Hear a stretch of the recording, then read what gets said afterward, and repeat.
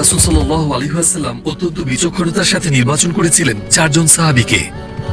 দিহিয়া আল কালবি, হাতিব ইবনে আবি বালতা, আমির ইবনে উমাইয়া এবং আব্দুল্লাহ ইবনে হুযাফা।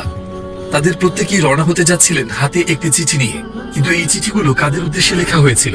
সেই সময়ের প্রধান শক্তিগুলোর শাসকদের উদ্দেশ্যে। বাইজেন্টাইন সম্রাট, হাবশার রাজা, মিশরের শাসক এবং পারস্যের কিসরা। প্রতিটি চিঠি তার নিজ নিজ প্রাপকের জন্য বিশেষভাবে আলাদা আলাদা করে লেখা হয়েছিল ইসলাম গ্রহণের দাওয়াত দিয়ে। তিনি এমনকি একটি সিলমোহরের আংটি তৈরি করিয়েছিলেন এবং সব চিঠিতে সেটি দিয়ে সিল মেরেছিলেন। এই ভিডিও সিরিজটি নির্ভরযোগ্য শত শত বিশ্বস্ত ইসলামী উৎসের রেফারেন্সের উপর ভিত্তি করে তৈরি করা হয়েছে। সব এআই ভিজুয়াল প্রস্তুত করা হয়েছে যোগ্য মুসলিম আলেমদের পরামর্শক্রমে এবং তা ইসলামিক নির্দেশনার সঙ্গে সামঞ্জস্যপূর্ণ। সময়টা ছিল প্রায় 629 সালের শুরুতে। হিজরতের পর 7 বছর অতিক্রান্ত হয়েছিল। আল্লাহর রাসূলের দায়িত্ব ছিল ইসলামের বার্তা পৌঁছে দেওয়া সমগ্র বিশ্বের কাছে। কারণ তিনি শুধু কুরাইশ বা আরবের জন্য প্রেরিত কোনো নবী ছিলেন না, তিনি সমগ্র মানবজাতির জন্য প্রেরিত হয়েছিলেন। তাই চিঠিগুলো লেখা হলো এবং সাহাবীদের দূত হিসেবে নিয়োগ করা হলো, আর তারা সেগুলো পৌঁছে দিতে রওনা হলেন। বাইজেন্টাইন সাম্রাজ্যের উদ্দেশ্যে আল্লাহর রাসূল পাঠালেন দিহিয়া আল কালবিকে। প্রাসাদে আপনাকে স্বাগতম। তিনি পৌঁছালে গভর্নর তাকে অভ্যর্থনা জানালেন এবং তারপর সম্রাট হেরাক্লিয়াসের সামনে তাকে নিয়ে যাওয়া হলো। সম্রাট চিঠিটি গ্রহণ করলেন এবং তা উচ্চস্বরে পড়ে শোনাতে বললেন। চলুন এটি শোনা যাক। তিনি শুনতে শুনতে স্মরণ করতে লাগলেন তাদের পবিত্র গ্রন্থে যা লেখা ছিল। সেখানে সুসংবাদ দেওয়া হয়েছিল ভবিষ্যতে আগমনকারী এক নবীর এবং তার গুণাবলীও বর্ণনা করা হয়েছিল। আর এখন নবুয়তের দাবি করা একজন তাকে একটি চিঠি পাঠিয়েছেন। একে সেই ব্যক্তি হতে পারেন যার জন্য তারা অপেক্ষা করছিল। এটি তাকে সত্যিই গভীরভাবে ভাবিয়ে তুলল। অনুগ্রহ করে বিশ্রাম নিন। আপনি নিশ্চয়ই যাত্রাপথে ক্লান্ত হয়ে পড়েছেন। এরপর তিনি দুটি গুরুত্বপূর্ণ কাজ করলেন। প্রথমত, তিনি একটি চিঠি লিখলেন তার ঘনিষ্ঠ বন্ধুকে, বাইজেন্টিয়ামের প্যাট্রিয়ার্ক দাঘাতির আল উসকুফকে। তিনি তার পরামর্শে আস্থা রাখতেন, তাই পুরো পরিস্থিতি তাকে বুঝিয়ে বললেন এবং তার মতামত জানতে চাইলেন। আর দ্বিতীয়ত, তিনি তার লোকদের আদেশ দিলেন, যাও এবং দেখো ওখানে এই ব্যক্তির গোত্রের কেউ আছে কিনা, সে নিজেকে নবী বলে দাবি করে। অল্প সময়ের মধ্যেই প্যাট্রিয়ার্ক তার উত্তর পাঠালেন। কিন্তু তিনি কি লিখেছিলেন একটু পরেই সে কথায় আসছি। কিন্তু তার আগে চলুন সম্রাটের কথোপকথনটি দেখি এক পরিচিত নাম আবু সুফিয়ানের সঙ্গে। হ্যাঁ, আবু সুফিয়ান ঘটনাক্রমে সেই অঞ্চলে ব্যবসার জন্য এসেছিলেন। সৈন্যরা যখন তাকে বাজারে দেখল, তারা তাকে তার সঙ্গীদের সহ সম্রাটের সামনে নিয়ে গেল। তাদের ইলিয়া গির্জায় নিয়ে যাওয়া হলো। এরপর হেরাক্লিয়াস তাদের দরবারে ডাকলেন। মহারাজ, তার চারপাশে উপস্থিত ছিলেন সব জ্যেষ্ঠ রোমান কর্মকর্তা ও ধর্মীয় নেতারা। সম্রাট জিজ্ঞেস করলেন, তোমাদের মধ্যে বংশের দিক থেকে কে সবচেয়ে ঘনিষ্ঠ সেই ব্যক্তির যে নিজেকে নবী বলে দাবি করছেন? আমি তার সবচেয়ে নিকট আত্মীয়। তাকে আমার কাছে নিয়ে আসো আর তার সঙ্গীদের তার পেছনে দাঁড় করাও। আমি তাকে সেই ব্যক্তির সম্পর্কে কিছু প্রশ্ন করব। সে যদি আমার কাছে মিথ্যা বলে, তোমরা সঙ্গে সঙ্গে তা বলে দেবে। এই ব্যবস্থার ফলে আবু সুফিয়ান মিথ্যা বলতে পারলেন না। এরপর হেরাক্লিয়াস তাকে প্রশ্ন করা শুরু করলেন, তোমাদের মধ্যে তার পারিবারিক মর্যাদা কেমন? যিনি আমাদের মধ্যে সর্বোচ্চ এক সম্ভ্রান্ত বংশের। এর আগে কি কখনো তোমরা তাকে মিথ্যাবাদী বলে অভিযুক্ত করতে পেরেছিলে? না। কারা তাকে অনুসরণ করে, অভিজাতরা নাকি দরিদ্ররা? দরিদ্র ও দুর্বলরাই তাকে অনুসরণ করে। তার অনুসারীরা কি বাড়ছে নাকি কমছে? তারা বাড়ছে। আবু সুফিয়ান বুঝতে পারছিলেন না এই প্রশ্নগুলোর পেছনের কারণ, কিন্তু প্রতিটির পেছনেই ছিল এক গভীর উদ্দেশ্য। তোমরা কি কখনো তার বিরুদ্ধে যুদ্ধ করেছো? হ্যাঁ, করেছি। ফলাফল কি ছিল? কখনো তিনি জয়ী হয়েছেন, কখনো আমরা জয়ী হয়েছি। তিনি তোমাদের কি করতে নির্দেশ দেন? তিনি আমাদের নির্দেশ দেন কেবল আল্লাহর ইবাদত করতে এবং তার সঙ্গে কাউকে শরীক না করতে। তিনি তাদের ইবাদত করতে নিষেধ করেন যাদের ইবাদত আমাদের পূর্বপুরুষরা করত। তিনি আমাদের নামাজ আদায় করতে, সত্য কথা বলতে নির্দেশ দেন। তিনি বলেন পবিত্র জীবনযাপন করতে এবং আত্মীয় স্বজনের সঙ্গে সুসম্পর্ক বজায় রাখতে। তুমি যেসব বিষয় বর্ণনা করেছ তার সবই কিন্তু একজন নবীরই গুণাবলী। তোমার কথা যদি সত্যি হয়, তবে খুব শিগগিরই সে আমার পায়ের নিচের জমিনেরও শাসক হবে। আমি আগেই জানতাম একজন নবী আবির্ভূত হবেন। কিন্তু কখনো ভাবিনি তিনি তোমাদের জাতি থেকে হবেন। আর ঠিক সেটাই ঘটল। হেরাক্লিয়াস তখন নিশ্চিত হয়ে গিয়েছিলেন যে ইঞ্জিল ও তাওরাতে ঘোষিত সেই নবী হলেন নবী মুহাম্মদ। তিনি কথা শেষ করতেই ঘরের ভেতর স্বর উঁচু হতে শুরু করল। জ্যেষ্ঠ কর্মকর্তারা নিজেদের মধ্যে আলোচনা শুরু করলেন, আর শব্দ ক্রমশ আরো জোরে বাড়তে লাগলো। আবু সুফিয়ান ও তার সঙ্গীদের দ্রুত বাইরে নিয়ে যাওয়া হলো। এই বিষয়টি এত বড় হয়ে উঠেছে যে রোমান সম্রাটও তাকে ভয় পাচ্ছে।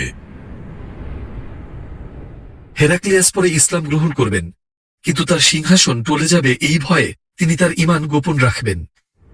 কিন্তু তার বন্ধু প্যাট্রিয়ার্ককে পাঠানো চিঠিটির কি হয়েছিল? উত্তর এসে গিয়েছিল। তার চিঠিতে দাঘাতির লিখেছিলেন যে আল্লাহর রাসূল সত্যিই একজন নবী। এরপর সম্রাট দিহিয়াকে বললেন প্যাট্রিয়ার্কের কাছেও যেতে এবং তাকে ইসলামের দাওয়াত দিতে। প্যাট্রিয়ার্কের উত্তর এবং এরপর তার উপর যা ঘটেছিল তা সত্যিই ছিল বিস্ময়কর। আপনি আমার নবীর কাছে ফিরে যান, আমার সালাম পৌঁছে দিন এবং তাকে বলুন, আমি বিশ্বাস করি আল্লাহ ছাড়া কোনো উপাস্য নেই এবং মুহাম্মদ আল্লাহর রাসূল, আর আমি সাক্ষ্য দিচ্ছি যে ঈসা আল্লাহর বান্দা।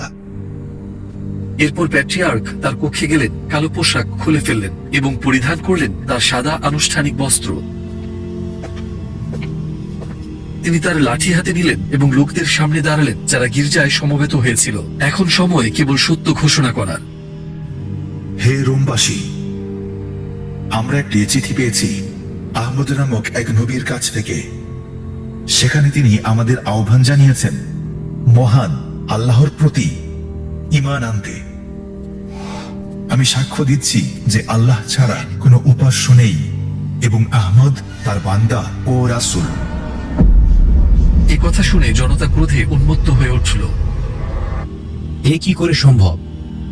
আপনি তো পরিত্যাগ করলেন আপনার পূর্বপুরুষদের ধর্ম। তারা দাখাতিরের উপর ঝাঁপিয়ে পড়ল এবং তাকে প্রহার করতে করতে শহীদ করে ফেলল।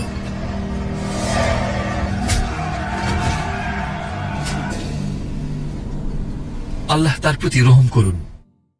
আরেকজন শাসক যার কাছে চিঠি পাঠানো হয়েছিল তিনি ছিলেন আবিসিনিয়ার রাজা নাজাশী। আমির ইবনে উমাইয়া চিঠিটি পৌঁছে দেন। আপনাদের নিশ্চয়ই মনে আছে যখন মুসলমানরা সেই কঠিন সফরে আবিসিনিয়ায় গিয়েছিলেন, নাজাশী তাদেরকে অসীম দয়ার সঙ্গে সাদরে গ্রহণ করেছিলেন। আমার ভূখণ্ডে তোমরা সম্পূর্ণ নিরাপদ। আল্লাহর রাসূলের পাঠানো চিঠিটি তিনি হাতে নিলেন। সম্মানের নিদর্শন হিসেবে তা নিজের চোখের উপর রাখলেন, চুমু খেলেন এবং কপালে স্পর্শ করালেন। এরপর তিনি তার এক সেবককে বললেন চিঠিটি উচ্চস্বরে পড়তে। চিঠিটা শোনার পর তিনি সিংহাসন থেকে নেমে এলেন, বিনীতভাবে মাটিতে বসে শাহাদাহ পাঠ করলেন। আশহাদু আল্লাহ ইলাহা ইল্লাল্লাহ ওয়া আশহাদু আন্না মুহাম্মাদার রাসূলুল্লাহ। আমার পক্ষে যদি তার কাছে যাওয়া সম্ভব হতো তবে আমি অবশ্যই চলে যেতাম। দূত আমির ইবনে উমাইয়ার আরো একটি অনুরোধ ছিল। আমি চাই আপনি সেসব মুসলমানকে মদিনায় পাঠিয়ে দিন যারা এখনো আবিসিনিয়ায় অবস্থান করছেন। নাজাশী কখনোই দেখতে পাবেন না আল্লাহর রাসূল সাল্লাল্লাহু আলাইহি ওয়াসাল্লামকে, কিন্তু বহু বছর ধরে তিনি আশ্রয় দিয়েছিলেন তাদের যারা তাকে দেখেছিল, আর এখন তিনি তাদের ঘরে পাঠিয়ে দিচ্ছেন যাতে তারা তার সঙ্গে পুনর্মিলিত হতে পারে। পারস্যের শাসক কিসরা পারভেজ তিনিও একটি চিঠি পেয়েছিলেন আল্লাহর রাসূলের কাছ থেকে। আব্দুল্লাহ ইবনে হুযাফা পারস্যে পৌঁছালেন এবং ব্যক্তিগতভাবে নবীজির ইসলামের দাওয়াত কিসরার কাছে পৌঁছে দিলেন। কিসরা তার লেখককে দিয়ে তা পড়ালেন। বিসমিল্লাহির রহমানির রহিম। পরম করুণাময়, অতিশয় দয়ালু আল্লাহর নামে। আল্লাহর রাসূল মুহাম্মদের পক্ষ থেকে পারস্যবাসীর নেতা খসরুর উদ্দেশ্যে। কিসরা হঠাৎ ভীষণ ক্রুদ্ধ হয়ে উঠল এবং চিঠিটি পড়া শেষ করতেও দিল না। দেখো তো এই লোককে, এই লোকটি যে আমার একজন প্রজা ছাড়া আর কিছুই নয়, আমার এক দাস। সে দুঃসাহস দেখায় আমাকে চিঠি লেখার এবং তাতেও নিজের নাম আমার আগে রাখার। এই বলে সে চিঠিটি টুকরো টুকরো করে ছিঁড়ে ফেলল। এই সংবাদ যখন পৌঁছালো আল্লাহর রাসূলের কাছে, তিনি হাত তুলে আল্লাহর কাছে দোয়া করলেন যেন তাদেরও ছিন্ন ভিন্ন করা হয়, অর্থাৎ তাকে এবং তার রাজ্যকে যেন পুরোদরে টুকরো টুকরো করে দেওয়া হয়। আল্লাহ তার রাসূলের এই দোয়া কবুল করলেন এবং খুব বেশি দিন যেতে না যেতেই কিসরা পারভেজকে তারই ছেলে শিরওয়াইহ ছুরিকাঘাতে হত্যা করল। চিঠিটির মতোই ছিন্ন ভিন্ন হয়ে গেল সে।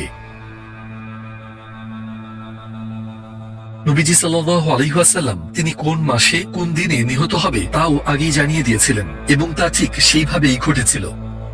আর তার সাম্রাজ্য তা ছিন্ন ভিন্ন করেছিলেন সাদ ইবনে আবি ওয়াক্কাস উমর রাদিয়াল্লাহু আনহু এর খেলাফতের সময়। মিশরে যাওয়ার জন্য নির্বাচিত দূত ছিলেন হাতিব ইবনে আবি বালতা। তিনি নবীজির চিঠি পৌঁছে দিতে রওনা হলেন সেই শাসক মুকাউকিসের কাছে। যেহেতু মুকাউকিস তখন আলেকজান্দ্রিয়ায় ছিলেন, হাতিব সেখানে তার সঙ্গে সাক্ষাৎ করলেন এবং চিঠিটি পেশ করলেন। বিসমিল্লাহির রহমানির রহিম। আল্লাহর বান্দা ও রাসূল মুহাম্মদের পক্ষ থেকে মুকাউকিসের উদ্দেশ্যে, যিনি কিবতীদের নেতা, শান্তি বর্ষিত হোক তার উপর যে হিদায়েত অনুসরণ করে। অতঃপর আমি আপনাকে ইসলামের দিকে আহ্বান জানাচ্ছি। ইসলাম গ্রহণ করুন, আপনি নিরাপদ থাকবেন আর আল্লাহ আপনাকে দ্বিগুণ প্রতিদান দেবেন। কিন্তু আপনি যদি এই আহ্বান প্রত্যাখ্যান করেন তবে কিবতীদের গুনাহ আপনার উপর বর্তাবে। বলুন, হে আহলে কিতাব, এসো এমন এক কথায় একত্র হই যা আমাদের ও তোমাদের মধ্যে খুবই সাধারণ। আমরা আল্লাহ ছাড়া আর কারো ইবাদত করব না এবং তার সঙ্গে কাউকে শরীক করব না, এবং আল্লাহকে বাদ দিয়ে একে অন্যকে প্রভু হিসেবে গ্রহণ করব না। কিন্তু তারা যদি মুখ ফিরিয়ে নেয় তবে বলুন, সাক্ষী থাকো, আমরা মুসলিম। চিঠি পড়া শেষ হলে মুকাউকিস দূত হাতিব ইবনে আবি বালতার প্রতি অত্যন্ত আন্তরিক আতিথ্য প্রদর্শন করলেন, কিন্তু তখন তিনি কিছুই বললেন না। পরে সেদিন রাতে তিনি হাতিবকে তার কাছে ডেকে পাঠালেন। দীর্ঘ ও বিশদ কথোপকথনের পর মুকাউকিস বললেন, আমি জানতাম আরেকজন নবী আসবেন, কিন্তু আমি ধারণা করেছিলাম তিনি শাম অঞ্চল থেকে আবির্ভূত হবেন, কারণ পূর্ববর্তী অধিকাংশ নবী সেখান থেকেই আবির্ভূত হয়েছিলেন। তবে আমি গ্রন্থসমূহে একথাও পেয়েছি যে সর্বশেষ নবী আরব ভূমি থেকে আবির্ভূত হবেন, যা কষ্ট আর দারিদ্র্যের দেশ। আমরা তার গুণাবলী আল্লাহর কিতাবে লিখিত পেয়েছি, আর এটি তার আবির্ভাবের ঠিক সেই সময়। কিন্তু আমি যদি কিবতীদের বলি তাকে অনুসরণ করতে, তারা আমার কথা শুনবে না, আর আমি আমার সিংহাসনও ছাড়তে পারি না। সেই নবী বহু ভূখণ্ডের উপর শাসন কায়েম করবেন, আর তারপরে তার সঙ্গীরা এসে পৌঁছাবে আমাদের শহরের চত্বর পর্যন্ত এবং এখানেই বসতি স্থাপন করবে। অবশেষে তারা এখানকার মানুষদের পরাজিত করবে। তিনি দৃষ্টির আড়ালে ঠেলে দিলেন এই সত্যটিকে যে আখিরাতের প্রতিদান উভয় দিক থেকেই অনন্ত এবং অনেক উত্তম। সূরা আল কাসাসে আল্লাহ আমাদের স্মরণ করিয়ে দেন যে আমরা যা কিছু পেয়েছি তা প্রকৃতপক্ষে তারই দেওয়া, এবং তিনি বলেন, আর তোমাদের যা কিছু দেওয়া হয়েছে তা তো কেবল ভোগের সামগ্রী এবং এই দুনিয়ার জীবনের সাজসজ্জা মাত্র, কিন্তু আল্লাহর কাছে যা আছে তা অনেক বেশি উত্তম এবং অধিক স্থায়ী। তবু কি তোমরা বুদ্ধি বিবেচনা ব্যবহার করবে না? সুতরাং চিঠিগুলো শাসকদের কাছে পাঠানো হয়েছিল, আর এভাবেই ইসলামের বার্তা নতুন নতুন ভূখণ্ডে পৌঁছে দেওয়ার সংগ্রাম অব্যাহত থাকবে। তবে এই সাহসী পদক্ষেপগুলোর জন্য উপযুক্ত পরিস্থিতি সহজেই অর্জিত হয়ে যায়নি। এর পেছনে ছিল এমন এক সন্ধি যার জন্য প্রয়োজন হয়েছিল বিপুল ধৈর্যের। মক্কার মুশরিকদের সঙ্গে স্বাক্ষরিত হুদাইবিয়ার সন্ধি। চিঠিগুলো পাঠানোর প্রায় 8 থেকে 10 মাস পূর্বে সবকিছু শুরু হয়েছিল একটি স্বপ্ন দিয়ে। সেই রাতে আল্লাহর রাসূল একটি স্বপ্ন দেখেছিলেন যা সমগ্র মদিনার উপর গভীর প্রভাব ফেলবে। স্বপ্নে তিনি তার সাহাবীদের সঙ্গে কাবা জিয়ারত করছিলেন এবং তারা ছিলেন পুরোপুরি নিরাপদ। তারা একসঙ্গে মক্কায় গিয়েছিলেন। সকালে নবীজি সাল্লাল্লাহু আলাইহি ওয়াসাল্লাম যখন তার স্বপ্নের কথা সাহাবীদের জানালেন, তারা এত বেশি আনন্দ অনুভব করলেন ভাষায় প্রকাশ করা যায় না। সবাই শুনছেন, আল্লাহ রসুল একটি স্বপ্ন দেখেছেন। স্বপ্নে আমরা মক্কায় উমরা পালন করছিলাম। কিন্তু শুধু একটি স্বপ্নে এত বড় প্রভাব ফেলল কেন? কারণ নবীদের স্বপ্ন ওহিরই একটি রূপ, তাই এটিকে এমন কিছু হিসেবে দেখা হয়েছিল যা অবশ্যই ঘটবে। আর সবাই মক্কায় ফিরে যাওয়ার স্বপ্ন দেখতে শুরু করলেন। দীর্ঘ 6 বছরের বিচ্ছেদের পর তারা অবশেষে মক্কায় ফিরে যেতে পারবেন এবং আল্লাহর ঘর জিয়ারত করতে পারবেন। সঙ্গে সঙ্গেই প্রস্তুতি শুরু হয়ে গেল। এক সোমবার 1400 মুসলমান অত্যন্ত উচ্ছ্বাস নিয়ে মদিনা থেকে রওনা হলেন। তারা সঙ্গে নিয়েছিলেন 70টি কুরবানির উট এবং কেবল সেই তরবারিগুলো যা পথিকেরা আত্মরক্ষার জন্য ব্যবহার করত। তাদের উদ্দেশ্য যুদ্ধ ছিল না, বরং উমরাহ পালন করা। দূর থেকে স্পষ্ট বোঝা জরুরি ছিল যে তাদের যুদ্ধের কোনো ইচ্ছাই দেখা যাচ্ছে না। একবার ভাবুন তো, তারা এগিয়ে যাচ্ছিলেন সেই লোকদের দিকে যাদের সঙ্গে তাদের যুদ্ধ চলেছিল 6 বছর ধরে, যুদ্ধের কোনো প্রস্তুতি ছাড়াই। কি অসাধারণ সাহস! সব উত্তম গুণের মতো তাদের সাহসও উৎসরিত হয়েছিল ঈমান থেকেই। তারা যখন জুল হুলাইফা অঞ্চলে পৌঁছালেন তখন জোহর পড়লেন। নামাজের পর আল্লাহর রাসূল দুটি সাদা কাপড় পরিধান করলেন, উমরার নিয়ত করলেন এবং ইহরামে প্রবেশ করলেন। তারপর তিনি তলবিয়া পাঠ শুরু করলেন, লাব্বাইক আল্লাহুম্মা লাব্বাইক। সাহাবীরাও একই উদ্দীপনায় তার সঙ্গে সুর মেলালেন। তারা ক্রমশ মক্কার আরো কাছে পৌঁছে যাচ্ছিলেন। তাদের উত্তেজনা ছিল চরমে। এদিকে এই সংবাদ কুরাইশদের কাছে পৌঁছে গেল। যখন তারা শুনল 1400 মুসলমান মক্কার দিকে রওনা হয়েছে, তারা আতঙ্কিত হয়ে পড়ল। আপনি কি শুনেছেন? মুসলমানরা মক্কার দিকে এগিয়ে আসছে। 1400 জন মুসলমান। এটা কিভাবে সম্ভব? কিন্তু তারা তো সশস্ত্র নয়। আমরা বুঝতে পারছি না কেন তারা আসছে। তাহলে আমাদের ব্যবস্থা নিতে হবে। এখনই ব্যবস্থা নেই। তাদের কারণ যাই হোক, আমরা তাদেরকে অনুমতি দিতে পারি না। মুশরিকরা অনুভব করলো এটি যুদ্ধের ব্যাপার নয়, এটি ভিন্ন কিছু। কিন্তু তবুও তারা সিদ্ধান্ত নিল মুসলমানদের মক্কায় প্রবেশ করতে দেবে না।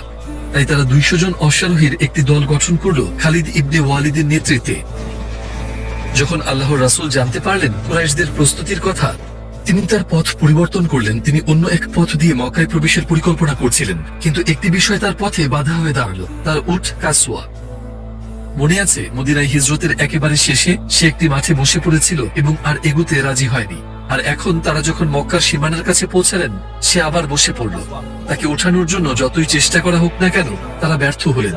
সাহাবীরা বিরক্ত হয়ে পড়লেন এবং বললেন, আল কাসওয়া একগুঁয়ে হয়ে গেছে। আল্লাহ রাসূল জবাব দিলেন, সে একগুঁয়ে হয়ে যায়নি, কারণ একগুঁয়েমি তার স্বভাব নয়, বরং তাকে থামিয়ে দিয়েছেন তিনি, যিনি হাতিকেও থামিয়ে দিয়েছিলেন, অর্থাৎ সেই আব্রাহার হাতি যে কাবায় পৌঁছাতে চেয়েছিল। আল্লাহ তার সৃষ্টিকে যেদিকে পরিচালিত করেন তাতেই হিকমত রয়েছে, এবং তিনি যেখান থেকে তাদের ফিরিয়ে রাখেন তাতেও কল্যাণ রয়েছে। এরপর তারা হুদাইবিয়া নামক স্থানের একটি কূপের পাশে শিবির স্থাপন করলেন। তাদের মাতৃভূমি, তাদের স্মৃতি, তাদের ঘরবাড়ি এবং প্রিয়জনেরা এখন খুব কাছেই। কিন্তু সবার মনে একটি প্রশ্ন ছিল, কবে আমাদের মক্কায় প্রবেশের অনুমতি দেওয়া হবে? আমি জানি না, তবে আল্লাহর রাসূলই সর্বাধিক জানেন। মুশরিকরা যখন পরিস্থিতির কথা জানতে পারল, তারা সঙ্গে সঙ্গে মুসলমানদের কাছাকাছি একটি শিবির গড়ে তুলল। এখন উভয় পক্ষের মধ্যে দূতদের যাতায়াত শুরু হবে। মুসলমানদের প্রথম দূত কুরাইশদের কাছে গিয়ে বললেন যে তারা কেবল উমরাহ পালনের জন্য এসেছেন এবং আল্লাহর রাসূল একটি সন্ধি করতে চান। মুশরিকরা এই প্রস্তাব প্রত্যাখ্যান করল। তবে কুরাইশদের একজন ব্যক্তি বুদাইল ইবনে ওয়ারকা এই প্রস্তাবটিকে যুক্তিসঙ্গত মনে করলেন এবং আল্লাহর রাসূলের সঙ্গে সাক্ষাৎ করতে এলেন। তিনি বললেন, হে মুহাম্মদ, কুরাইশ আপনার বিরুদ্ধে যুদ্ধ করবে এবং আপনাকে কাবা জিয়ারত করতে বাধা দেবে। আল্লাহর রাসূল তাকে জানালেন তারা শুধু উমরাহ পালনের জন্যই এসেছেন। তারপর তিনি বললেন, নিশ্চয়ই যুদ্ধ কুরাইশদের নিঃশেষ করে দিয়েছে। তারা যদি চায় আমরা শান্তি নিয়ে আলোচনা করতে পারি, কিন্তু এখন তাদের সরে দাঁড়াতে দিন আর আমারও আল্লাহর ঘরের মাঝখানে বাধা হয়ে দাঁড়াতে নিষেধ করে দিন। আমাদের উমরাহ পালন করতে দিন এবং আমাদেরকে কোরবানি আদায় করতে দিন। দূতরা যাতায়াত করতে থাকলেন, কিন্তু কোনো সমঝোতায় পৌঁছাতে পারলেন না। অবশেষে আল্লাহর রাসূল উসমান ইবনে আফফানকে দূত হিসেবে পাঠানোর সিদ্ধান্ত নিলেন। উসমান রাদিয়াল্লাহু আনহু ছিলেন মক্কার এক সম্মানিত ব্যক্তি এবং সেখানে তার আত্মীয় স্বজনও ছিল, ফলে এ কাজের জন্য তিনিই ছিলেন সবচেয়ে উপযুক্ত ব্যক্তি। আমি এসেছি আল্লাহর রাসূলের উদ্দেশ্য স্পষ্ট করে জানাতে এবং আপনাদেরকে শান্তি ও ইসলামের দিকে আহ্বান জানাতে। যে আপনাকে পাঠিয়েছে তাকে গিয়ে বলে দিন যে সে কখনোই মক্কায় প্রবেশ করতে পারবে না এবং কাবা তাওয়াফ করতে পারবে না। তবে আপনি চাইলে তাওয়াফ করতে পারেন। উসমান দীর্ঘ 13 বছর ধরে কাবা দেখেননি। নবুয়তের 6ষ্ঠ বছরে তিনি আবিসিনিয়ায় হিজরত করেছিলেন, আর হিজরতের পর তিনি ফিরে এসেছিলেন মদিনায় নবীজি সাল্লাল্লাহু আলাইহি ওয়াসাল্লামের কাছে। এত প্রতীক্ষার পরও তার উত্তর ছিল স্পষ্ট, না, যদি আল্লাহর রাসূলকে তাওয়াফ করতে দেওয়া না হয় তবে আমিও তা তাওয়াফ করব না। এই জবাবে মুশরিকরা ভীষণ ক্ষুব্ধ হয়ে গেল এবং তারা সিদ্ধান্ত নিল উসমানকে মক্কায় আটকে রাখবে। উসমান চলে যাওয়ার পর 3 দিন কেটে গেল, তবু তার কোনো সংবাদ পাওয়া গেল না। অতঃপর মুসলমানদের মধ্যে একটি গুজব ছড়িয়ে পড়তে শুরু করলো, উসমানকে হত্যা করা হয়েছে। তারা তো চুপচাপ দাঁড়িয়ে থাকতে পারেন না। আল্লাহর রাসূলের সামনে একটি পথ বাকি ছিল, উসমানের হত্যার প্রতিশোধ নেওয়া। তিনি সাহাবীদের একত্র করলেন তাদের মতামত গ্রহণ করতে। তারা শপথ করতে যাচ্ছিলেন যে যাই ঘটুক না কেন তারা তার পাশে থেকে লড়বেন। যদিও তাদের যুদ্ধের কোনো প্রস্তুতি ছিল না, তবুও তাদের প্রত্যেকেই এগিয়ে এলেন এবং নবীজির হাত ধরে শপথ করলেন, আমরা মৃত্যু পর্যন্ত কুরাইশদের বিরুদ্ধে লড়ব এবং কখনোই শত্রুর সামনে থেকে পালাবো না। এই বীরত্বপূর্ণ ঘটনাটি ইসলামের ইতিহাসে পরিচিত হবে বাইয়াতে রিদওয়ান নামে। শুধু একজন মানুষই বাকি রইলেন যিনি তখনও বাইয়াত গ্রহণ করেননি। তিনি ছিলেন উসমান রাদিয়াল্লাহু আনহু, যার পরিণতি তখনও অজানা ছিল। আল্লাহর রাসূল সাল্লাল্লাহু আলাইহি ওয়াসাল্লাম তার ডান হাত তুলে বললেন, এটি আমার হাত। তারপর তিনি বাম হাত তুলে বললেন, আর এটি উসমানের হাত।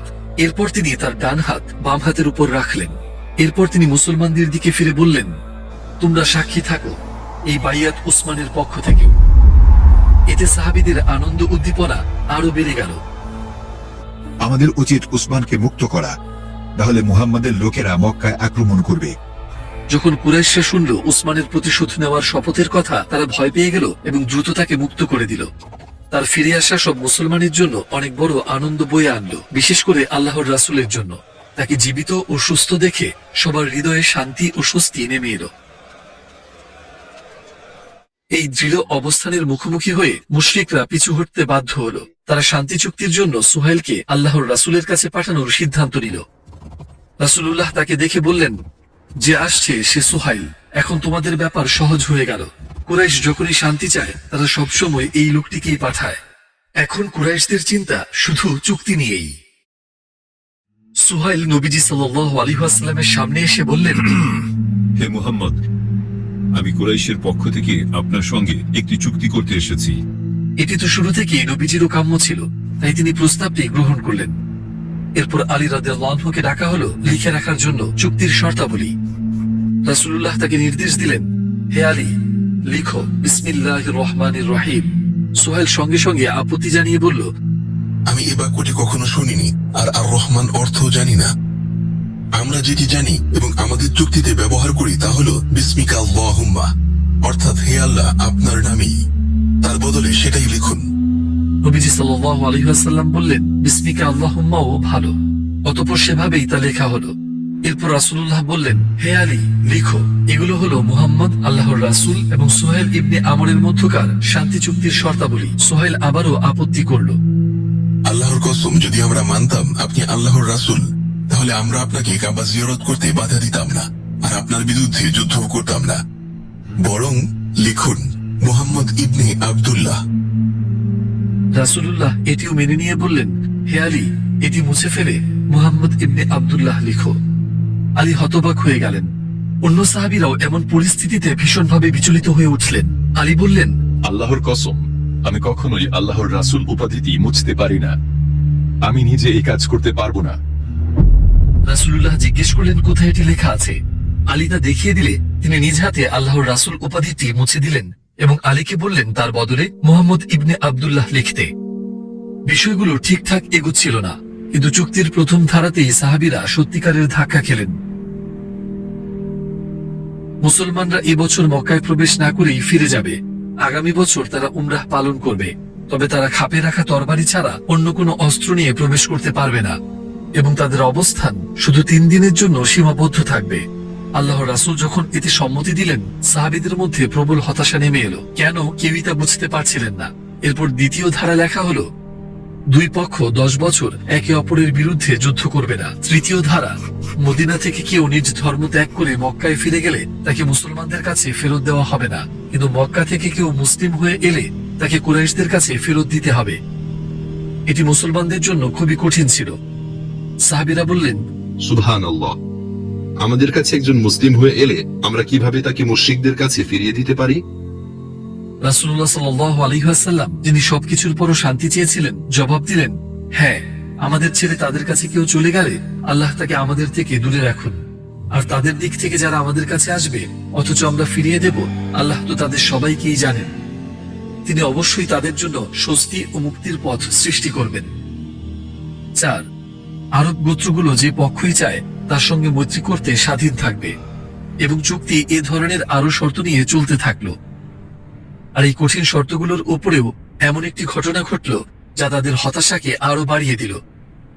চুক্তি লেখা হয়ে গিয়েছিল, কিন্তু তখনও স্বাক্ষর হয়নি। ঠিক সেই মুহূর্তে পায়ে শৃঙ্খল টেনে টেনে এক ব্যক্তি মুসলমানদের মাঝে এসে পড়লেন। তিনি ছিলেন আবু জান্দাল, কুরাইশদের দূত সুহাইলের ছেলে। তার বাবা তাকে 4 বছর ধরে বন্দী করে রেখেছিল, শুধু এই কারণে যে তিনি ইসলাম গ্রহণ করেছিলেন। তিনি কোনোভাবে পালাতে সক্ষম হলেন এবং চরম কষ্ট সহ্য করে মুসলমানদের কাছে পৌঁছে গেলেন। তিনি এলেন আল্লাহর রাসূলের কাছে তার বাবার জুলুম ও নির্যাতন থেকে আশ্রয় চাইতে। তিনি আর্তনাদ করে বলছিলেন, হে মুসলমান, আমাকে সাহায্য করুন। এই দৃশ্য দেখে সুহাইলের মুখ রাগে লাল হয়ে উঠল।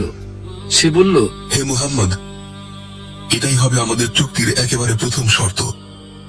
আমি আমার ছেলেকে ফেরত চাই। রাসূলুল্লাহ আবু জান্দালকে ফেরত দিতে চাননি। তিনি সুহাইলকে বোঝানোর চেষ্টা করলেন। তিনি তাকে স্মরণ করিয়ে দিলেন চুক্তিতে তখনও স্বাক্ষর হয়নি এবং অনুরোধ করলেন তার ছেলের উপর যেন সে শর্ত প্রয়োগ না করা হয়। কিন্তু সুহাইল কঠোরভাবে তা প্রত্যাখ্যান করল। আমি কখনোই চুক্তিতে স্বাক্ষর করব না যদি না আমার ছেলেকে ফেরত পাই। ঠিক সেই মুহূর্তে আবু জান্দাল হৃদয় বিদারক কণ্ঠে চিৎকার করে উঠলেন, হে মুসলমান, আমি মুসলিম হয়ে আপনাদের কাছে আসার পরও আপনারা কি আমাকে মুশরিকদের কাছে ফেরত দেবেন? আমি কত কষ্ট সহ্য করেছি তা কি আপনারা দেখছেন না? নবীজি সাল্লাল্লাহু আলাইহি ওয়াসাল্লাম আবু জান্দালের দিকে তাকিয়ে বিষণ্ণ কণ্ঠে বললেন, আরো কিছুটা ধৈর্য ধরুন। আপনি যে জুলুমের মুখোমুখি হচ্ছেন তার একটু সহ্য করুন। এই কষ্টগুলোর প্রতিদান আল্লাহর কাছে প্রত্যাশা করুন। আল্লাহ অবশ্যই আপনার জন্য মুক্তি এবং বেরিয়ে আসার পথ খুলে দেবেন এবং অন্য অসহায় মুসলমানদের জন্য। আমরা তাদেরকে দেওয়া প্রতিশ্রুতি ভঙ্গ করতে পারি না। এই সান্ত্বনাময় কথাগুলোর সঙ্গে তিনি আবু জান্দালকে তার বাবার কাছে ফিরিয়ে দিলেন। প্রকৃতপক্ষে তিনি দিচ্ছিলেন আসন্ন এক মুক্তির সুসংবাদ, আবু জান্দাল এবং মক্কার অন্য সব নির্যাতিত মুসলমানদের জন্য এক মুক্তির পথ। এমন এক পথ যা শেষ পর্যন্ত মুশরিকদেরকে সেই শর্ত নিয়ে অনুতপ্ত করে তুলবে যা তারা চুক্তিতে অন্তর্ভুক্ত করেছিল। আর তখনই হুদাইবিয়ার সন্ধির প্রথম ফলাফল প্রকাশ পেতে শুরু করবে। আপাত দৃষ্টিতে শর্তগুলো যেন সম্পূর্ণরূপে মুসলমানদের বিরুদ্ধেই মনে হচ্ছিল, কিন্তু আল্লাহর রাসূল ইতোমধ্যে দেখতে পাচ্ছিলেন সেই মহান বিজয়গুলো যা এই শান্তির পরে আসতে চলেছে। কিন্তু সাহাবীরা গভীরভাবে হতাশ হয়ে পড়েছিলেন।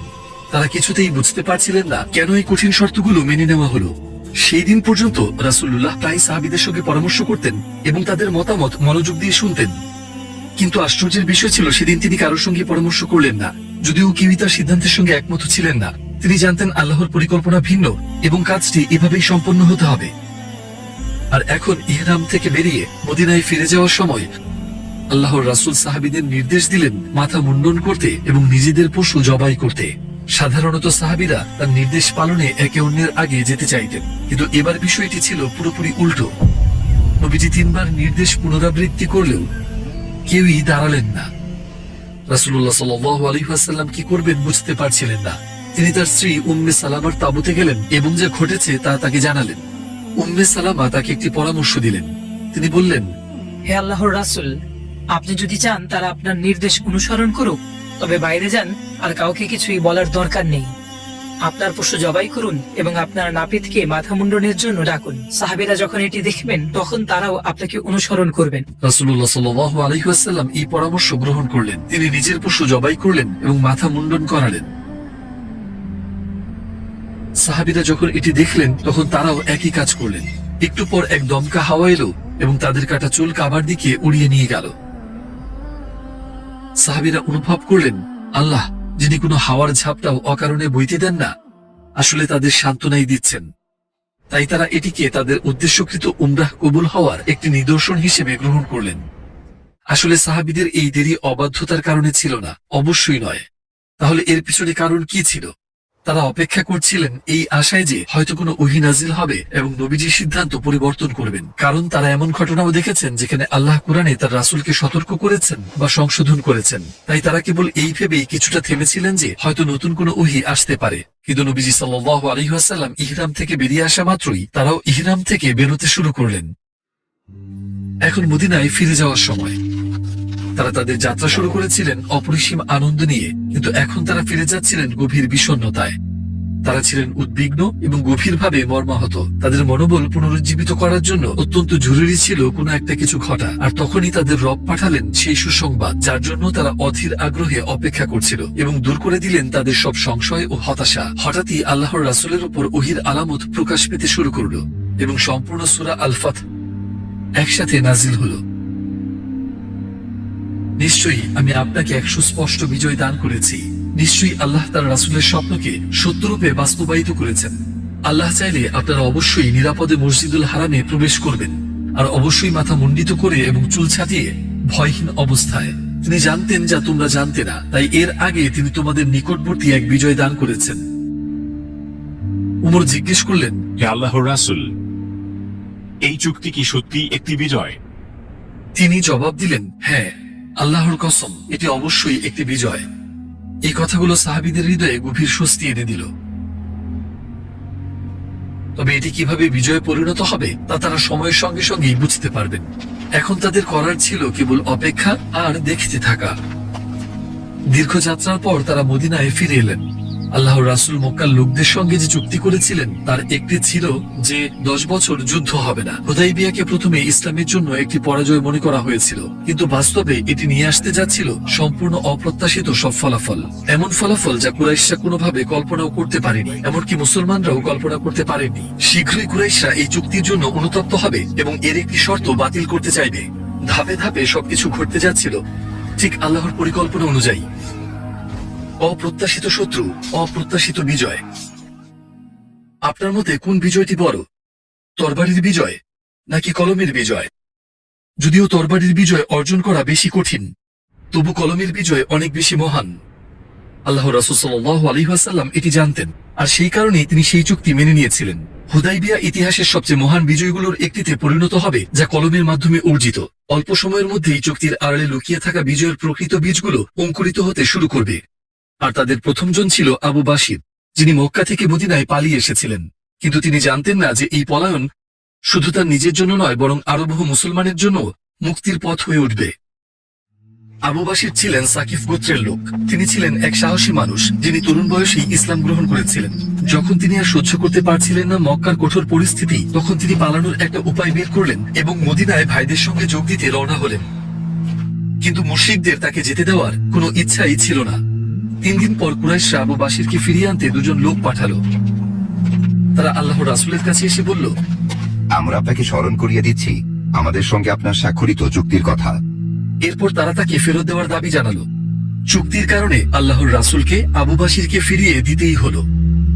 তিনি তাকে বললেন, হে আবু বাসির, তুমি তো জানো আমরা কুরাইশদের সঙ্গে একটি চুক্তি করেছি এবং তাদেরকে কথা দিয়েছি আমাদের ধর্মে আমরা অঙ্গীকার ভঙ্গ করতে পারি না। আল্লাহ অবশ্যই তোমার জন্য মুক্তি ও বেরিয়ে আসার পথ খুলে দেবেন এবং অন্য অসহায় মুসলমানদের জন্য যারা মুশরিকদের মাঝে আটকে আছে। আবু বাসির জিজ্ঞেস করলেন, হে আল্লাহর রাসূল, আপনি কি আমাকে মুশরিকদের কাছে ফিরিয়ে দিচ্ছেন যাতে তারা আমাকে আবারও নির্যাতন করে আর দিন থেকে ফিরিয়ে দেয়?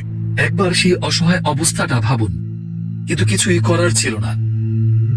তো এরপর আল্লাহর রাসূল কি বললেন?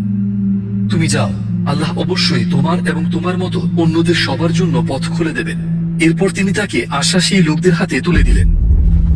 কুরাইশদের পাঠানো সেই 2 ব্যক্তি আবু বাসিরকে নিয়ে মদিনা থেকে রওনা হলো, কিন্তু আবু বাসিরের হার মানার বা মক্কায় ফিরে যাওয়ার কোনো ইচ্ছাই ছিল না। যখন তারা জুল হুলাইফায় পৌঁছালো, তখন কিছুক্ষণ বিশ্রামের জন্য থামলো। আবু বাসির ক্রমাগত পালানোর সুযোগ খুঁজছিলেন। প্রথমে তিনি বন্ধুসুলভ আচরণ করে তাদের আস্থা অর্জনের সিদ্ধান্ত নিলেন, তাই তিনি তাদের সঙ্গে কথা বলা শুরু করলেন। তিনি তাদের একজনকে বললেন, আমার মনে হয় আপনার এই তরবারিটি বেশ ধারালো। হ্যাঁ, এটি খুবই ধারালো। এরপর আবু বাসির খুব শান্তভাবে জিজ্ঞেস করলেন, আমি কি এটি একটু দেখতে পারি? অবশ্যই দেখুন। আবু বাসির ঠিক তখনই পেয়ে গিয়েছিলেন সেরা সুযোগটি। তরবারিটি হাতে পেয়ে তিনি লোকটিকে আক্রমণ করে হত্যা করলেন। এই দৃশ্য দেখে অন্য লোকটি প্রাণপণে দৌড়ে আবার মদিনায় ফিরে গেল। সে সরাসরি আল্লাহর রাসূলের কাছে গিয়ে বলল, আমার সঙ্গীকে হত্যা করা হয়েছে, আমাকেও প্রায় মেরে ফেলা হচ্ছিল। সে সেখানে থাকতেই আবু বাসিরও এসে পৌঁছালেন। তিনি বললেন, হে আল্লাহর রাসূল, আপনি আমাকে তাদের হাতে তুলে দিয়ে আপনার অঙ্গীকার রক্ষা করেছেন, আর এখন আল্লাহ আমাকে তাদের হাত থেকে রক্ষা করেছেন। রাসূলুল্লাহ বললেন, এই ব্যক্তি তো যুদ্ধের এক স্ফুলিঙ্গ। যদি তার সঙ্গে কয়েকজন মানুষ থাকতো তবে এমন প্রায় কিছুই থাকতো না যা সে করতে পারত না। তবু চুক্তির কারণে আবু বাসির মদিনায় অবস্থান করতে পারলেন না। তাই তিনি চলে গেলেন এবং ইশ উপত্যকায় বসতি স্থাপন করলেন, যা ছিল মক্কা থেকে শামের পথের উপর। এই স্থানই হয়ে উঠল তার নতুন আশ্রয়। মক্কায় বন্দী মুসলমানরা এবং যারা ঈমান গোপন রেখেছিলেন, যখন এই খবর শুনলেন, তারা একজন একজন করে পালাতে শুরু করলেন এবং আবু বাসিরের চারপাশে জড়ো হলেন। আর তাদের মধ্যে প্রথমজন ছিলেন আবু জান্দাল। তার কথা মনে আছে, তিনি ছিলেন সুহাইল ইবনে আমরের ছেলে। হুদাইবিয়ার সন্ধি স্বাক্ষরের পর তিনি আল্লাহর রাসূলের কাছে এসেছিলেন, কিন্তু তাকে আবার মুশরিকদের কাছে ফিরিয়ে দিতে হয়েছিল। আর এখন তিনি আবারও পালানোর একটি উপায় বের করেছিলেন। আর যখন তিনি জানতে পারলেন আবু বাসির কোথায় আছেন, তিনি সেখানে এসে হাজির হলেন। অল্প সময়ের মধ্যেই তাদের সংখ্যা দাঁড়ালো 70 জনে এবং আশপাশের গোত্রের অন্যরা তাদের সঙ্গে যোগ দিলে সংখ্যা পৌঁছালো 300-তে। এইভাবে আবু বাসির তার চারপাশে এক শক্তিশালী দল গড়ে তুলেছিলেন। কুরাইশরা নিজেদের ভূখণ্ডে তাদের বন্দী করে রাখত এবং নির্যাতন করত। কিন্তু এখন আবু বাসির ও তার সঙ্গীরা মুশরিকদের তাদের সিদ্ধান্তের জন্য অনুতপ্ত করতেই দৃঢ় প্রতিজ্ঞ ছিলেন। কুরাইশদের জন্য শামে পাঠানো বাণিজ্য কাফেলাগুলো ছিল অত্যন্ত গুরুত্বপূর্ণ, আর আবু বাশির ও তার সঙ্গীদের শিবির ছিল ঠিক সেই পথেই। তারা বাণিজ্য পথ কেটে দিতে শুরু করলেন এবং কুরাইশদের কাফেলাগুলোর উপর হানা দিতে লাগলেন। তাদের এসব আক্রমণের মধ্য দিয়ে তারা মুশরিকদের দুর্বল করতে শুরু করলেন। কুরাইশরা নিজেদের হাতেই এই বিপদ নিজেদের উপর ডেকে এনেছিল। তারা এমন এক অবস্থায় পৌঁছে গেল যেখানে তারা আর আবু বাশিরের দলকে সামলাতে পারছিল না। যদি তারা সেই শর্তটি না দিত যেখানে বলা হয়েছিল আমাদের দিক থেকে কেউ তোমাদের কাছে এলে তাকে ফিরিয়ে দেবে হুদাইবিয়ার সন্ধিতে, তাহলে এমন একটি দল কখনোই গঠিত হতো না। এখানেই সেই চুক্তির প্রথম ফলাফলগুলো, যা দেখতে পুরোপুরি মুসলমানদের বিরুদ্ধে মনে হচ্ছিল, তা অর্জিত হতে শুরু করলো। মদিনার লোকদের কথা বললে কেউই মক্কায় ফিরে যেতে চাইতো না। চুক্তি স্বাক্ষরের পর থেকে তাদের এবং মক্কার মধ্যে কোনো সংঘর্ষ হয়নি। কিছুদিনের জন্য পরিস্থিতি শান্ত ছিল, কিন্তু কুরাইশরাই একমাত্র শত্রু ছিল না, ইহুদিরাও ছিল এক বড় আপদ। মদিনা থেকে বিতাড়িত হওয়ার পর তারা খাইবারে একত্রিত হয়েছিল। আপনার যদি মনে থাকে, তারা আরব গোত্রগুলোকে একত্র করেছিল, মদিনার দিকে এনেছিল এবং খন্দকের যুদ্ধে সংগঠিত হয়েছিল। ইহুদিরা একে অপরকে মদিনা আক্রমণে উৎসাহিত করছিল এবং পারস্পরিক উদ্দীপনা বাড়াতে ভাষণ দিচ্ছিল। আল্লাহর রাসূল খাইবারে কিছু তৎপরতার সংবাদ পেলেন, তাই তিনি কিছু সাহাবীকে পাঠালেন তথ্য সংগ্রহের জন্য। ইহুদিরা যুদ্ধের প্রস্তুতি নিচ্ছিল। প্রতিদিনই খাইবার এমন এক হুমকিতে পরিণত হচ্ছিল যা শীঘ্রই সামলানো কঠিন হয়ে যাবে। এই বিপদকে চিরতরে শেষ করে দিতে হতো। যদি কুরাইশও তখনও মুসলমানদের জন্য হুমকি হয়ে থাকতো, তাহলে এই পরিস্থিতি মোকাবেলা করা আরো অনেক কঠিন হয়ে যেত। এইভাবে তার বিস্ময়কর পরিকল্পনার মাধ্যমে আল্লাহ তার রাসূলকে সেই স্বপ্ন দেখিয়েছিলেন এবং তাকে উমরাহর দিকে পরিচালিত করেছিলেন। আর শেষ পর্যন্ত হুদাইবিয়ার সন্ধি স্বাক্ষরিত হলো, আর এর ফলে শত্রুর সংখ্যা 2 থেকে 1-এ নেমে এলো। এখন মুসলমানরা খাইবারের দিকে অগ্রসর হতে পারতেন। আল্লাহর রাসূল সাল্লাল্লাহু আলাইহি ওয়াসাল্লাম রওনা হওয়ার সিদ্ধান্ত নিলেন এবং সাহাবীদের অবিলম্বে প্রস্তুতি নিতে নির্দেশ দিলেন। মুসলিম বাহিনী সঙ্গে সঙ্গে সমবেত হলো। তাদের সংখ্যা দাঁড়ালো 1600, যার মধ্যে 200 জন ছিলেন অশ্বারোহী। এরা কেবল তারাই ছিলেন যারা মদিনা থেকে নবীজি সাল্লাল্লাহু আলাইহি ওয়াসাল্লামের সঙ্গে বের হয়েছিলেন। পরে দাউস গোত্রের আরো 400 জন তাদের সঙ্গে যোগ দেবেন, আর তাদের মধ্যেই ছিলেন প্রসিদ্ধ আবু হুরায়রা। এটি ছিল হিজরতের 7ম বছর।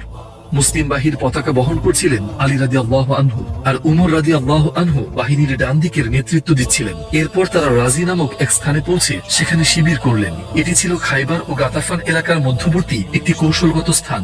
রাসূলুল্লাহ কেন সেই স্থানটি বেছে নিয়েছিলেন তার কারণ ছিল, খাইবারের ইহুদিরা গাতাফানের কাছে সাহায্য চেয়েছিল, আর তারা তা মেনে নিয়েছিল। প্রয়োজন হলে তারা এসে খাইবারের দুর্গের ভেতর থেকে মুসলিম বাহিনীর বিরুদ্ধে লড়বে বলে প্রতিশ্রুতি দিয়েছিল।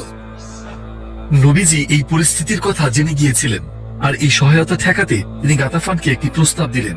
যদি তারা ইহুদিদের সাহায্য না করতে রাজি হয়, তবে বিজয়ের পর 1 বছরের জন্য খাইবারের খেজুর ফসল তারা পাবে, কিন্তু তারা তা প্রত্যাখ্যান করবে। তাই সেখানে বাহিনী মোতায়েন করে আল্লাহর রাসূল বন্ধ করে দিলেন গাতাফান থেকে ইহুদিদের দিকে যাওয়ার যে কোনো সহায়তার পথ। এরপর রাসূলুল্লাহ তার বাহিনী নিয়ে রাজি থেকে খাইবারের দিকে অগ্রসর হলেন। তিনি পৌঁছালে তখন ছিল রাত। যেহেতু রাতের বেলায় আক্রমণ করা তার অভ্যাস ছিল না, তাই তিনি সকাল পর্যন্ত অপেক্ষা করলেন। সূর্যোদয়ের পর সম্পূর্ণ অজ্ঞাতসারে ইহুদিরা নিজেদের ক্ষেতের দিকে যেতে দুর্গ থেকে বেরিয়ে এলো, কিন্তু সামনে মুসলিম বাহিনীকে দেখেই তারা স্তম্ভিত হয়ে গেল। তারা চিৎকার করে উঠল, মুহাম্মদ আর তার বাহিনী এখানে। এরপর আতঙ্কিত হয়ে তারা নিজেদের দুর্গে আশ্রয় নিতে ছুটে পালালো।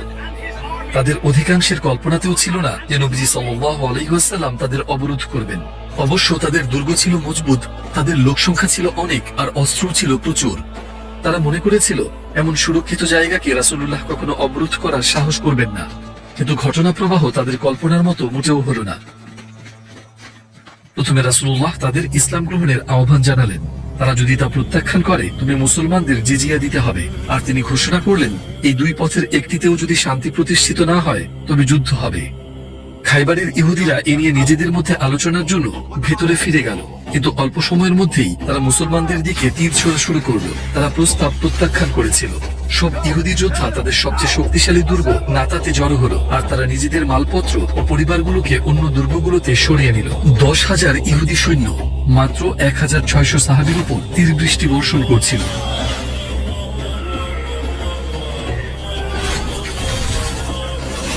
সেদিন প্রায় 50 জন মুজাহিদ আহত হয়েছিলেন। প্রতিদিন সকালে নবীজি সাল্লাল্লাহু আলাইহি ওয়াসাল্লাম এবং মুজাহিদরা নাতাত দুর্গের নিকটবর্তী উঁচু ভূমিতে উঠে যেতেন এবং সন্ধ্যা পর্যন্ত ইহুদিদের সঙ্গে যুদ্ধ করতেন, আর সন্ধ্যায় তারা রাজিতে ফিরে আসতেন। এই সময় রাসূলুল্লাহ সাল্লাল্লাহু আলাইহি ওয়াসাল্লাম তীব্র মাথা ব্যথায় আক্রান্ত হলেন। আর এর ফলে তিনি 2 দিন বাহিনীর নেতৃত্ব দিতে পারলেন না। প্রথমে তিনি আবু বকর রাদিয়াল্লাহু আনহুকে দায়িত্ব দিলেন এবং তাকে ইহুদিদের বিরুদ্ধে পাঠালেন।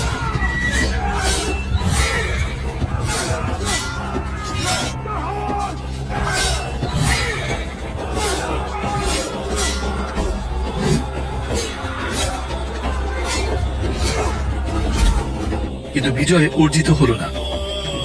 পরদিন তিনি পতাকা দিলেন উমর রাদিয়াল্লাহু আনহুকে।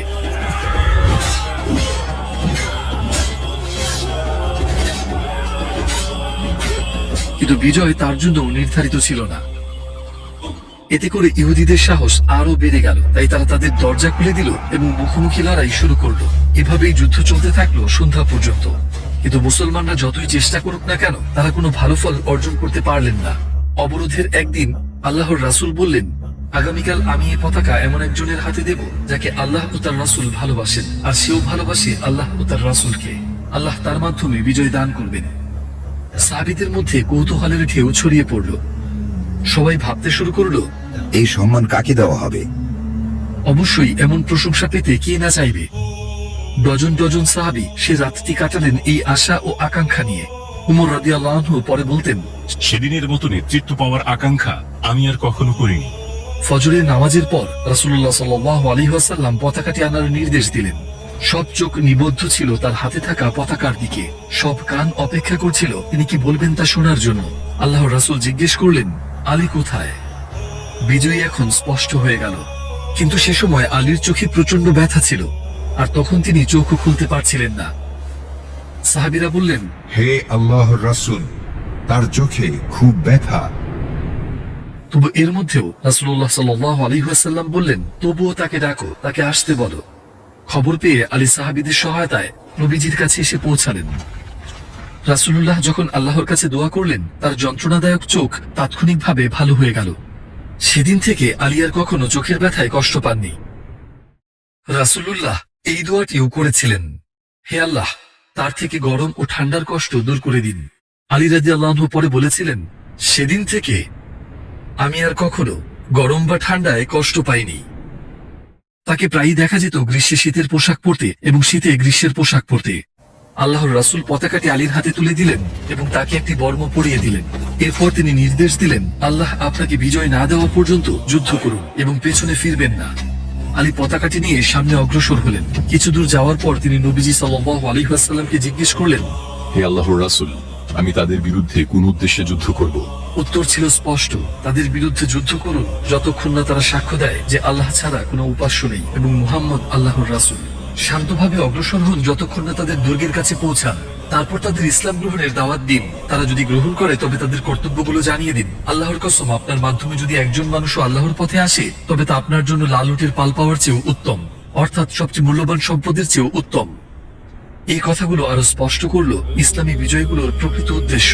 একমাত্র লক্ষ্য ছিল ইসলামের বার্তা পৌঁছে দেওয়া এবং মানুষের চিরন্তন জীবনকে রক্ষা করা। আলী মুজাহিদদের সামনে বীরের মতো অগ্রসর হতে শুরু করলেন। তিনি যখন নাতাত দুর্গের প্রাচীরে পৌঁছালেন তখন মাটিতে পতাকাটি গেঁথে দিলেন। তিনি তাদের সামনে ইসলামের কথা বললেন এবং মুসলিম হতে আহ্বান জানালেন। হে আহলে কিতাব, ইসলামের দিনে প্রবেশ করুন, তাহলে আপনি রক্ষা পাবেন। কিন্তু ইহুদিরা তা গ্রহণ করল না। তারা দুর্গ থেকে বেরিয়ে এলো যুদ্ধ করতে।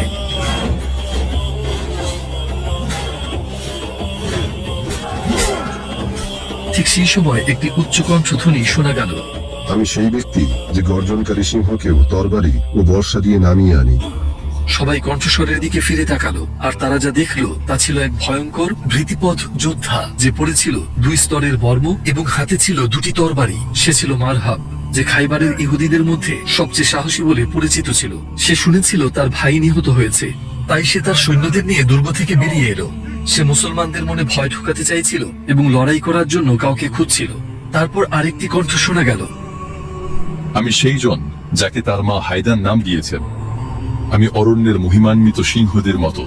আমি আপনাকে বাঁচতে দেব না, আমি আপনাকে পরাস্ত করবই। তিনি ছিলেন আলী রাদিয়াল্লাহু আনহু, মুসলিম বাহিনীর পতাকা বাহক। দুজন মুখোমুখি হয়ে গেলেন। আলী যুদ্ধ করছিলেন নবীজি সাল্লাল্লাহু আলাইহি ওয়াসাল্লামের তরবারি দিয়ে। কিছুক্ষণ পর তিনি এমন এক প্রবল আঘাত হানলেন যা মারহাবের ঢাল ও তার বিস্তর বিশিষ্ট শিরস্ত্রাণ ভেঙে দিল। সেই একই আঘাত আরো গভীরে গিয়ে তাকে সঙ্গে সঙ্গে হত্যা করল। ইহুদিরা যখন তাদের সবচেয়ে শক্তিশালী যোদ্ধার এই ভয়াবহ পরিণতি দেখল, তাদের হৃদয় ভয়ে ভেঙে পড়ল। ঘটনা প্রবাহের মোড় ঠিক এখানেই বদলে যাবে। এই দৃশ্য দেখে আল্লাহর রাসূল মুজাহিদদের সুসংবাদ দিলেন, আনন্দিত হন, খাইবারের বিজয় এখন সহজ হয়ে গেছে। এরপর মুসলমানরা মহাসাহস নিয়ে শত্রুর উপর ঝাঁপিয়ে পড়লেন। সাহাবীরা যুদ্ধ করতে করতে দুর্গের ফটক পর্যন্ত পৌঁছে গেলেন। ঠিক তখন এক ইহুদি সৈন্য আলীর ঢালে তরবারির আঘাত করল এবং তা তার হাত থেকে ছিটকে ফেলল। আলী চারপাশে তাকিয়ে দুর্গের দরজাটি দেখলেন। সেই দিনের সাক্ষীরা বলেন, আলী বিশাল সেই দরজাটি উপড়ে ফেলেছিলেন এবং সেটিকেই ঢাল হিসেবে ব্যবহার করেছিলেন। তাদের লোকদের একে একে পড়ে যেতে দেখে ইহুদিরা আর পেছনে না তাকিয়েই ভয়ে পালাতে শুরু করল। রাসূলুল্লাহর কথাই সত্য হল। আল্লাহ মুসলমানদের বিজয় দান করলেন আলী রাদিয়াল্লাহু আনহু এর হাতে। আশ্চর্যের বিষয় হলো, যখন এই ভয় 10,000 সদস্যের ইহুদি বাহিনীকে গ্রাস করল, তখনও তাদের শতজন নিহত হয়নি। যেখানে সাহাবীরা শাহাদাতের আকাঙ্ক্ষায় ব্যাকুল ছিলেন, সেখানে ইহুদিরা ভয়ে মৃত্যুর কাছ থেকে পালাতে চাইছিল। উভয় পক্ষই বিশ্বাস করত তাদের ধর্মই সত্য, কিন্তু ইহুদিরা এই দুনিয়ার জীবনের প্রতি গভীরভাবে আসক্ত ছিল। কোরআনে আল্লাহ তার রাসূলের মাধ্যমে তাদের এভাবে সম্বোধন করেছেন, বলুন, যদি আল্লাহর কাছে পরকালের আবাস শুধু তোমাদের জন্যই নির্দিষ্ট হয়, অন্য সকল মানুষকে বাদ দিয়ে, তবে মৃত্যু কামনা করো যদি তোমরা সত্যবাদী হও। কিন্তু তারা কখনোই তা কামনা করবে না তাদের কৃতকর্মের কারণে। আর আল্লাহ জালিমদের সম্পর্কে পূর্ণ জ্ঞাত। আপনি অবশ্যই দেখবেন তারা জীবনের প্রতি অন্য যে কোনো মানুষের চেয়েও বেশি লালায়িত, এমনকি মুশরিকদের চেয়েও বেশি। তাদের প্রত্যেকেই কামনা করে 1000 বছর বেঁচে থাকতে, কিন্তু তারা এত দীর্ঘকাল বেঁচে থাকলেও তা তাদেরকে শাস্তি থেকে রক্ষা করবে না। আর তারা যা করে আল্লাহ তা সবই দেখেন। পালিয়ে যাওয়া শত্রু সৈন্যদের ধাওয়া করতে করতে আলী ও মুজাহিদরা নাতাত দুর্গে প্রবেশ করলেন, কিন্তু সেখানে তারা শিশুদের ছাড়া আর কাউকে পেলেন না। তারা তাদের স্পর্শ করলেন না। ইহুদি সৈন্যরা নাতাত পরিত্যাগ করে পালিয়ে গিয়েছিল।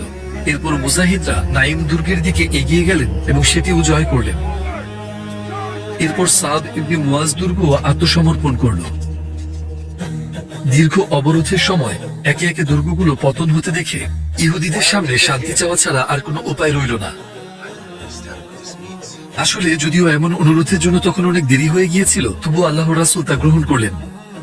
তাদের প্রাণ রক্ষা করা হলো এবং তাদের পরিবার পরিজন সহ খাইবার ছেড়ে যাওয়ার অনুমতি দেওয়া হলো। আর প্রত্যেক পরিবার নিজেদের জিনিসপত্রের এক উটের বোঝা সঙ্গে নিতে পারত।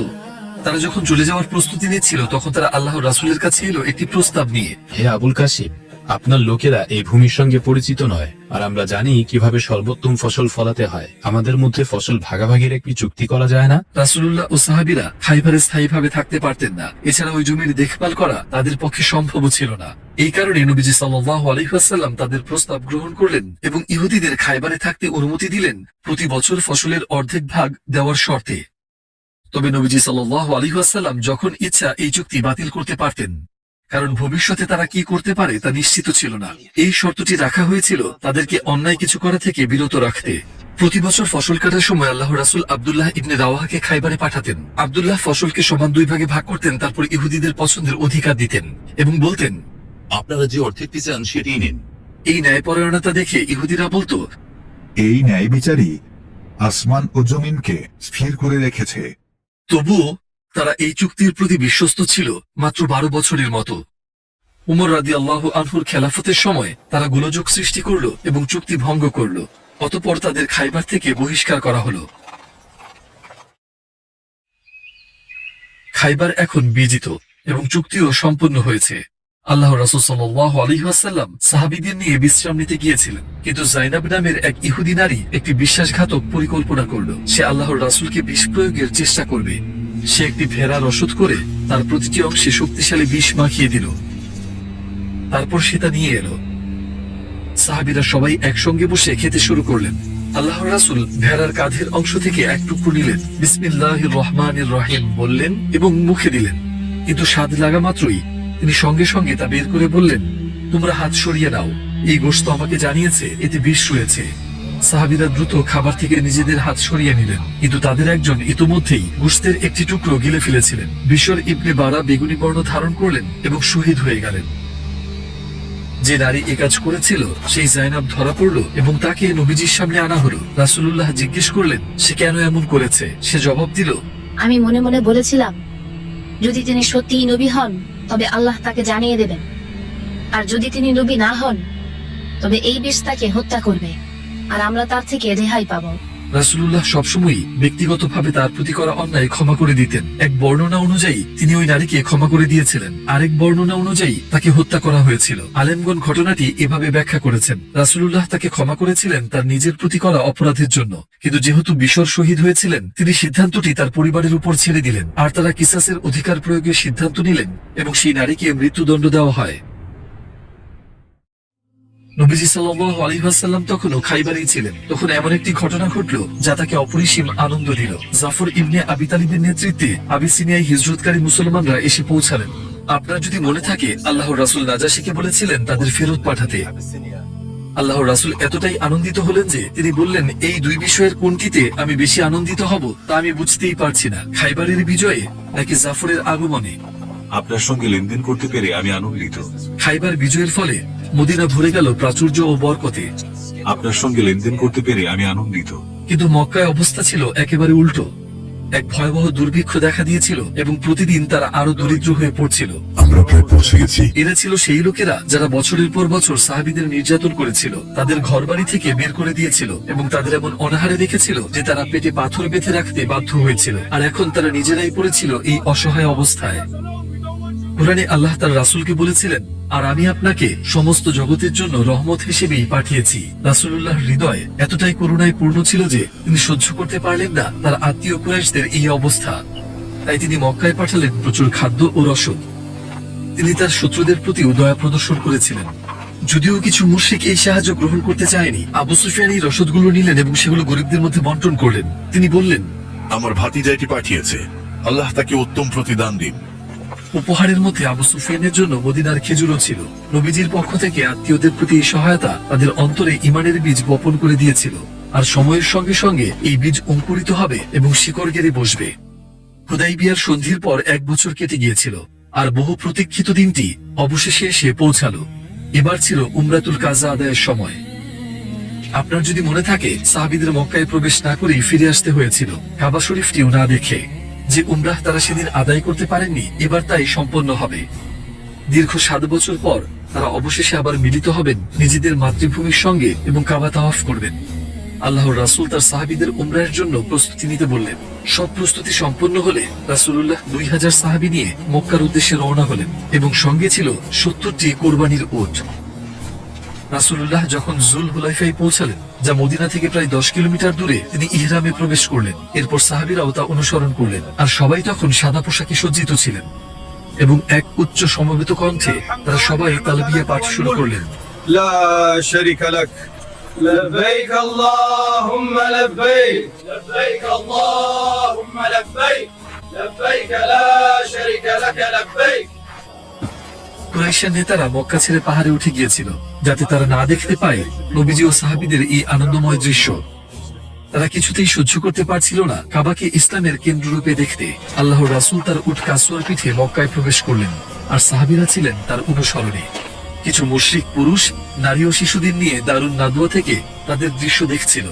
আল্লাহর রাসূল যখন কাবার প্রাঙ্গণে প্রবেশ করলেন, তিনি তার ডান কাঁধ উন্মুক্ত করলেন। এরপর তিনি সাহাবীদের বললেন, আল্লাহ দয়া করুন সেই ব্যক্তির প্রতি যে আজ এই মুশরিকদের সামনে তাদের শক্তি ও উদ্যম প্রকাশ করবে। মুশরিকরা আড়াল থেকে সাহাবীদের দেখছিল এবং তাদের দৃঢ় ও শক্তিশালী ভঙ্গিমা দেখে বিস্মিত হচ্ছিল, কারণ গুজব ছড়ানো হয়েছিল যে মুসলমানরা মদিনায় গিয়ে দুর্বল হয়ে পড়েছে এবং জ্বরে আক্রান্ত হয়েছে। আর এভাবেই রাসূলুল্লাহ তাদের জবাব দিলেন। উমরার সব আনুষ্ঠানিকতা পূর্ণ হলো। এরপর আল্লাহর রাসূল মাথা মুন্ডন করালেন এবং ইহরাম থেকে বেরিয়ে এলেন, আর সাহাবীরাও একই কাজ করলেন। এইভাবে যে স্বপ্নটি নবীজি সাল্লাল্লাহু আলাইহি ওয়াসাল্লাম দেখেছিলেন ঠিক 1 বছর আগে, তা সত্যে পরিণত হলো। এই উমরাহ সফরের জন্য নবীজির জন্য একটি তাঁবু স্থাপন করা হয়েছিল, আর সাহাবীরা 3 দিন তার চারপাশের তাঁবুগুলোতে অবস্থান করলেন। নামাজের সময় তারা কাবার কাছে একত্র হতেন এবং জামাতে সালাত আদায় করতেন। এই সময় তারা নিজেদের আত্মীয় স্বজনের সঙ্গে সাক্ষাৎ করতেন এবং ইসলামের কথা বলতেন। নিজেদের কথা ও আচরণের মাধ্যমে তারা নিজেদের চরিত্র ও আমলের মাধ্যমে সবার জন্য এক অনন্য দৃষ্টান্ত স্থাপন করছিলেন। এই 3 দিন ধরে তারা মক্কাকে ভেতর থেকে জয় করার চেষ্টা করছিলেন।